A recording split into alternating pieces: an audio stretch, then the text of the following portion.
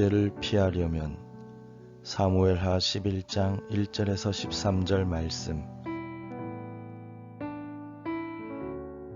그 해가 돌아와 왕들이 출전할 때가 되매 다윗이 요압과 그에게 있는 그의 부하들과 온 이스라엘 군대를 보내니 그들이 암몬 자손을 멸하고 랍바를 에워쌌고 다윗은 예루살렘에 그대로 있더라.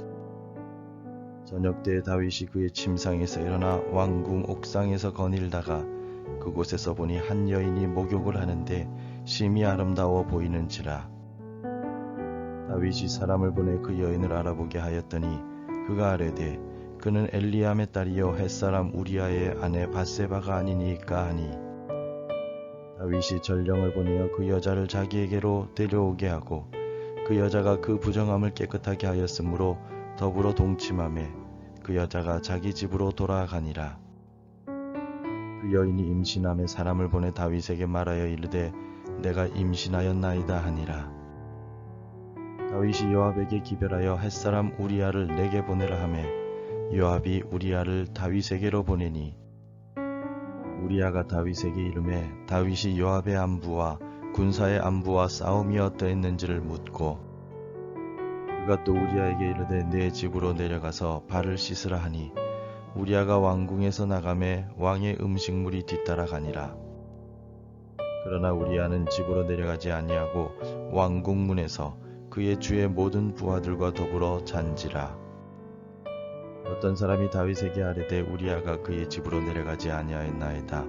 다윗이 우리아에게 이르되 내가 길 갔다가 돌아온 것이 아니냐, 어찌하여 내 집으로 내려가지 아니하였느냐 하니, 우리아가 다윗에게 아뢰되 언약궤와 이스라엘과 유다가 야영 중에 있고 내 주 요압과 내 왕의 부하들이 바깥들에 진치고 있거늘 내가 어찌 내 집으로 가서 먹고 마시고 내 저와 같이 자리이까.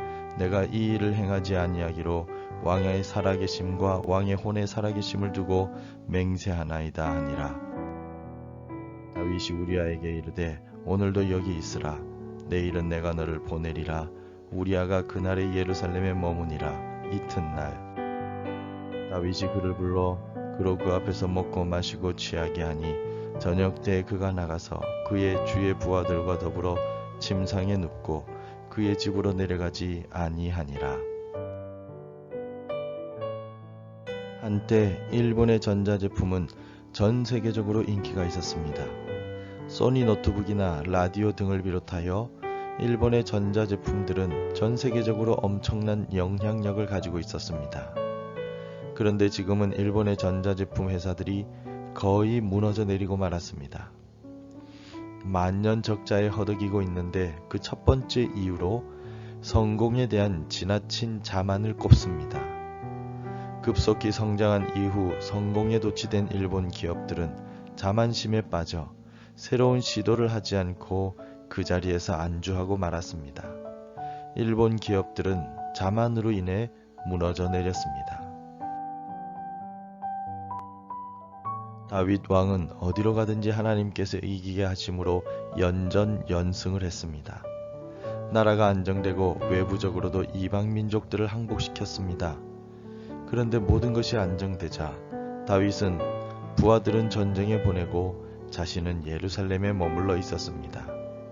그 결과 다윗은 간음죄를 저지르게 되고 그 죄를 감추려고 살인 교사죄까지 저지르게 됩니다. 본문을 통해서 우리가 생각해야 할 점이 무엇일까요? 먼저 본문은 다윗과 같이 위대한 왕도 범죄할 수 있음을 보여줍니다. 다윗이 아무리 위대한 인물이라 하더라도 그도 너무나도 쉽게 무너지고 말았습니다. 1절을 함께 읽겠습니다. 그 해가 돌아와 왕들이 출전할 때가 되매 다윗이 요압과 그에게 있는 그의 부하들과 온 이스라엘 군대를 보내니 그들이 암몬 자손을 멸하고 랍바를 에워쌌고 다윗은 예루살렘에 그대로 있더라. 다윗은 하나님의 마음에 합한 사람이었으며 자신을 죽이려고 한 사울이지만 하나님께서 기름 부어 세우셨기 때문에 자신의 손으로 해칠 수 없다고 말한 사람입니다. 백성들을 향해서도 정의와 공의를 행하며 거룩함을 지켜갔던 사람이 다윗이었습니다. 그러나 다윗은 전쟁 중인 상황 속에서 예루살렘 궁전을 한가롭게 거닐고 있었습니다. 그의 마음에는 은연중에 자만심이 생겨난 것 같습니다. 이 정도로 했으면 되었지라는 자만심은 다윗과 같이 위대한 왕도 범죄할 틈을 만들고 말았습니다. 사도 바울은 모든 사람이 죄를 범하였으며 하나님의 영광이 이르지 못하였다라고 말했습니다. 바울의 이 고백은 완전한 인간으로 이 땅에 오신 예수님 외에는 어떤 인간도 완전할 수 없음을 의미합니다. 우리 역시 완전하지 못함을 기억합시다. 그리고 형통할 때 더욱 겸손합시다. 그런즉 선줄로 생각하는 자는 넘어질까 조심하라는 말씀을 기억하고 하나님 앞에서 항상 겸손을 지켜 갑시다. 누구든지 범죄할 수 있는가 하면 또 어디서든지 범죄할 수가 있습니다. 시간이나 장소에 상관없이 우리는 범죄할 수가 있다는 것입니다. 다윗은 자신의 왕궁 옥상에서부터 범죄하기 시작합니다. 2절을 함께 읽겠습니다. 저녁 때 다윗이 그의 침상에서 일어나 왕궁 옥상에서 거닐다가 그곳에서 보니 한 여인이 목욕을 하는데 심히 아름다워 보이는지라. 다윗이 음욕을 품은 곳은 타락하고 부패한 장소가 아니었습니다. 다윗은 자신의 집에서 음욕을 품고 범죄하였습니다. 죄는 장소나 시기를 가리지 않습니다.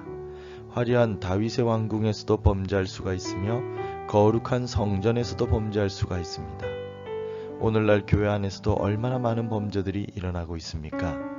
태초에 아담과 하와로 인해 죄가 세상에 들어온 이후부터 죄는 장소를 가리지 않고 모든 곳에서 일어나고 있습니다. 죄가 없는 장소는 없음을 기억하며 항상 조심하며 살아갑시다. 그렇다면 어떻게 해야 우리가 다윗이 범한 죄들을 피할 수 있을까요? 오늘 본문에 나오는 피해자인 우리아를 통해서 알 수가 있습니다.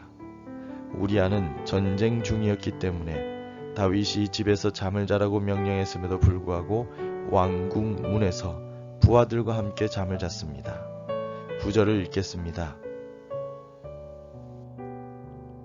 그러나 우리아는 집으로 내려가지 아니하고 왕궁 문에서 그의 주의 모든 부하들과 더불어 잔지라. 우리아는 지금이 전시 상태임을 알았고 장군으로서 항상 준비된 자세를 가지고 있었습니다. 우리아는 충성스러운 장군이었고 자기 직무에 성실하였습니다. 즉 깨어있는 사람이었습니다. 범죄를 피하기 위해서는 깨어 있어야 합니다. 자만심을 가지지 않도록 범죄의 징후가 보이는 장소를 벗어날 수 있도록 항상 우리는 깨어 있어야 합니다. 그리해야 다윗이 범한 죄들을 우리가 피해갈 수 있습니다. 오늘 우리가 해야 할 일을 깨어서 성실히 행합시다. 깨어서 기도하고 깨어서 주의 말씀을 묵상합시다. 그리고 성령님의 도우심을 힘입어 자만하지 말고 항상 겸손합시다.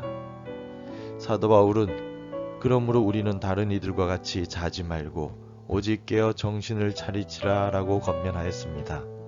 오늘 우리도 깨어 있어 죄의 유혹을 피하고 이겨내는 거룩한 삶을 살아가시기를 바랍니다. 기도하겠습니다. 하나님, 오늘도 우리를 깨워주셔서 감사합니다. 우리의 몸이 깨어날 뿐만 아니라 이 새벽에 우리의 영혼도 깨워주옵소서. 죄 많은 세상에서 그 누구도 죄로부터 안전할 수 없음을 기억하고 항상 깨어 정신을 차리며 내 신앙을 지켜나갈 수 있도록 도와주옵소서. 예수님의 이름으로 기도드립니다. 아멘. 계속해서 함께 기도해 주시기 바랍니다. 깨어있어 기도하고 말씀을 묵상하게 하소서. 우리 자녀들을 축복하여 주시고 앞길을 열어주소서. 우리나라와 민족을 불쌍히 여겨 주옵소서. 복음 전해야 할 한 사람이 생각나게 하소서. 오늘도 말씀대로 살아가며 열매 맺는 하루가 되시기를 축복합니다.